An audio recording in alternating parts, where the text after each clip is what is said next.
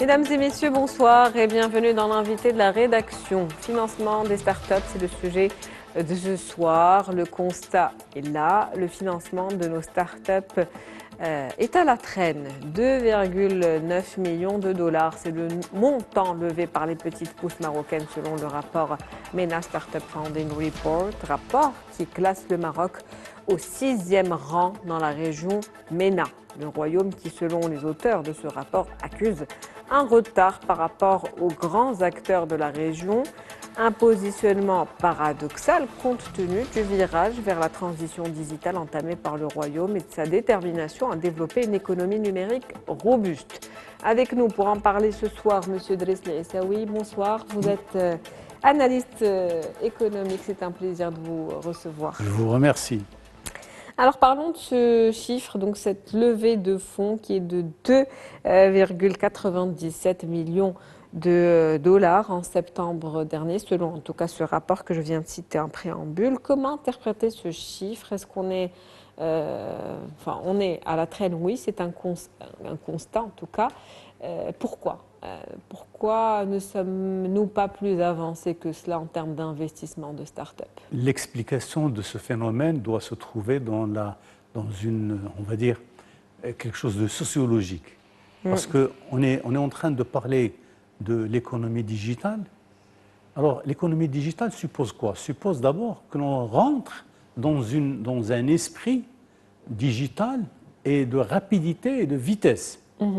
Et que les gens qui veulent investir dans le digital doivent avoir l'argent disponible, aussi disponible que l'idée pour la création de telle ou telle activité au niveau du digital. Or, on n'est pas encore dans cette situation. C'est un truc sociologique qu'il faudra résoudre parce que les détenteurs de capitaux aujourd'hui n'arrivent pas à se dire « Ah, on peut faire de l'argent en investissant ». Ils savent que l'utilisation de tout ce qui est les réseaux sociaux, etc., peut générer de l'argent. C'est-à-dire l'utilisation de Facebook, de YouTube, etc. Parce que les grandes plateformes digitales, ils payent de l'argent. Quand vous captez des auditeurs et des téléspectateurs, on vous paye de l'argent, vous gagnez beaucoup d'argent, c'est sur le plan individuel. Maintenant, on est en train de parler d'un pays. Le Maroc n'arrive pas à générer beaucoup d'argent pour pouvoir impulser le changement et la dynamique de la manière la plus optimale possible.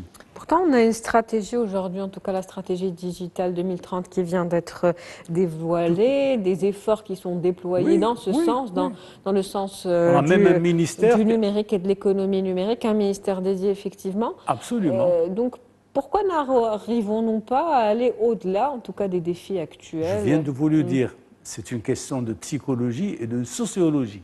On n'arrive pas à rentrer dans l'esprit de ceux qui sont dans le digital. C'est-à-dire que la vitesse n'est pas la même.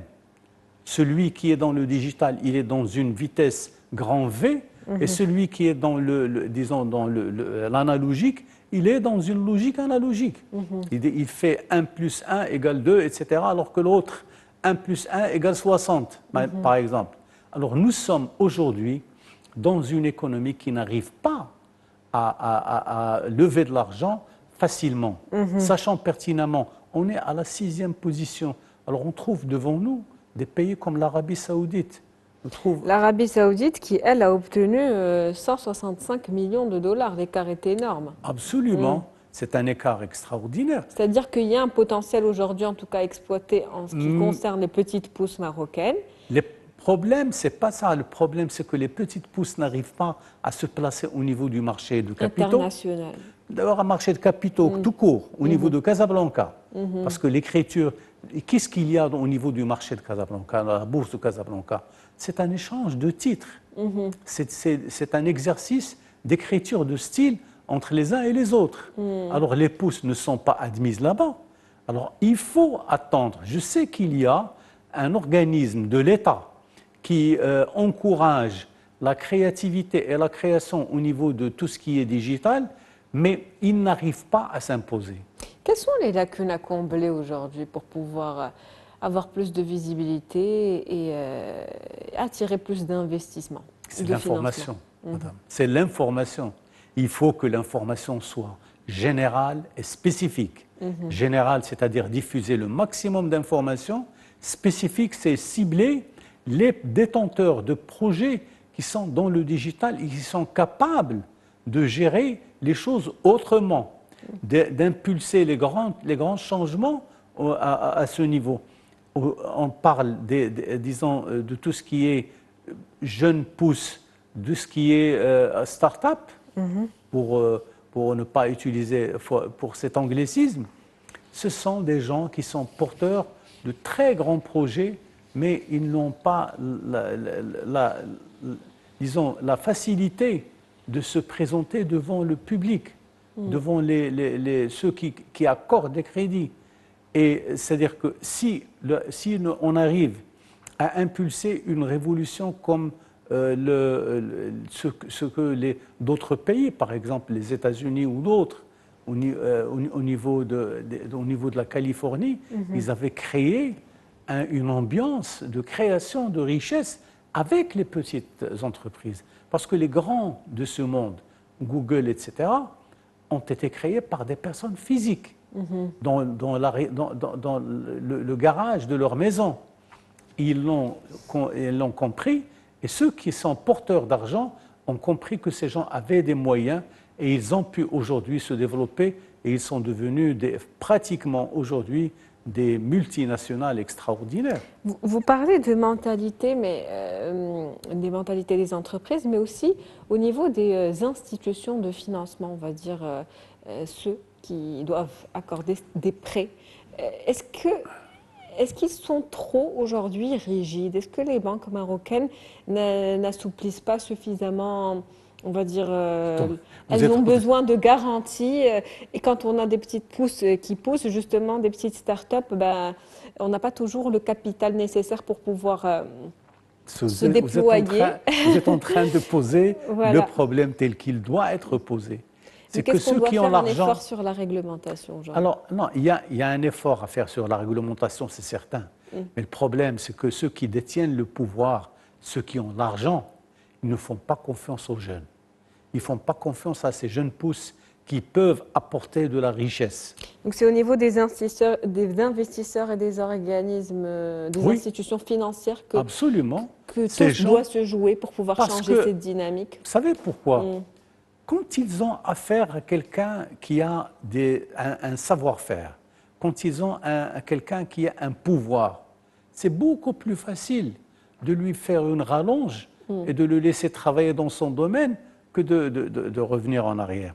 Or, 95% du tissu industriel marocain est constitué par des PME-PMI. Alors ces PME-PMI, ce sont eux qui créent l'emploi. Alors pourquoi ne pas les encourager? Il faut, au niveau de la réglementation, qu'il y ait des lois qui poussent, qui demandent à des détenteurs de capitaux d'avoir un peu de risque. C'est ça le problème. Si vous n'avez pas de risque, si vous êtes incapable de dire « moi, je peux apporter tel ou tel investissement, mais j'ai un problème de risque », personne ne va vous croire. Personne ne peut comprendre. Le problème aujourd'hui, on va dire le premier défi des très petites entreprises reste celui du financement. Cette perception, c'était si on avait une perception positive par rapport à leur contexte, on aurait des levées de fonds extraordinaires. Alors le problème, c'est que toute l'économie marocaine n'est pas encore connectée. C'est ça, pour dire le mot, n'est pas assez connectée aux circuits de financement nationaux et internationaux qui permettent de partir très loin. Or, aujourd'hui, les PME marocaines sont ce qu'elles sont. Nous avons des informations sur tel jeune inventeur, sur telle personne, etc. Mais ça reste des individualités. Ce ne sont pas des phénomènes. Même quand on a créé le crédit jeune promoteur, c'est un crédit qui est donné par l'État avec un certain nombre de garanties de l'État. Garantie par l'État. Mais le problème, il y a toujours ce problème de garantie qui doit se poser. Mais le problème, c'est que quand vous leur demandez, en fait, qu'est-ce qu'ils leur demandent? Ils leur demandent de financer 10% du projet. Figurez-vous que les 10%, ils ne peuvent pas les apporter parce qu'ils vous disent ah, c'est un jeune qui n'a pas d'expérience, c'est un jeune qui n'a pas de référence, etc.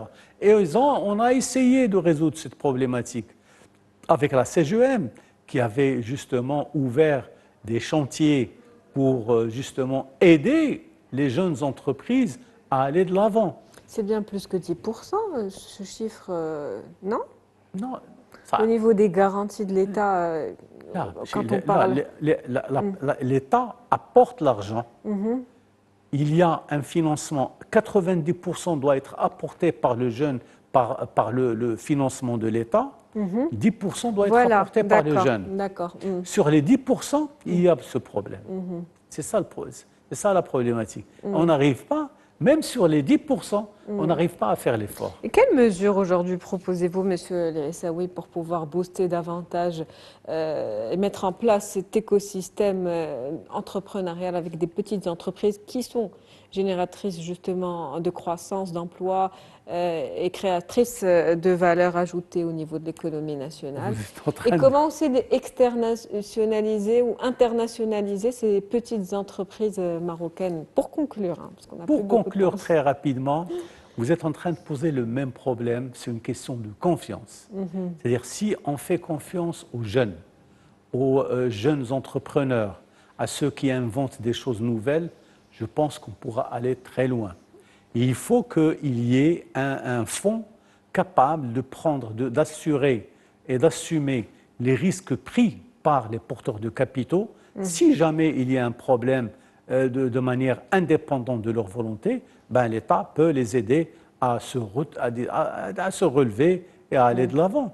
Et aujourd'hui, je pense qu'au niveau du marché monétaire marocain et le système bancaire marocain est en train d'évoluer de manière très positive. Et d'ailleurs, on a remarqué qu'il y avait des capitaux marocains qui sont en train de se positionner sur un certain nombre de titres de banques. Et aujourd'hui, ce sont des banques marocaines présentes au Maroc, présentes en Afrique, présentes dans les pays arabes. Je pense que si on fait confiance à ces banques, si on fait confiance à ces jeunes, je pense que le Maroc pourra aller très très loin. Merci à vous, Monsieur Driss El Aissaoui. C'était un plaisir de vous avoir avec nous ce soir. Merci pour toutes ces précisions. Merci beaucoup. C'est la fin de l'invité de la rédaction pour ce soir. Merci pour votre fidélité. On se retrouve demain avec un nouvel invité. Très bonne soirée.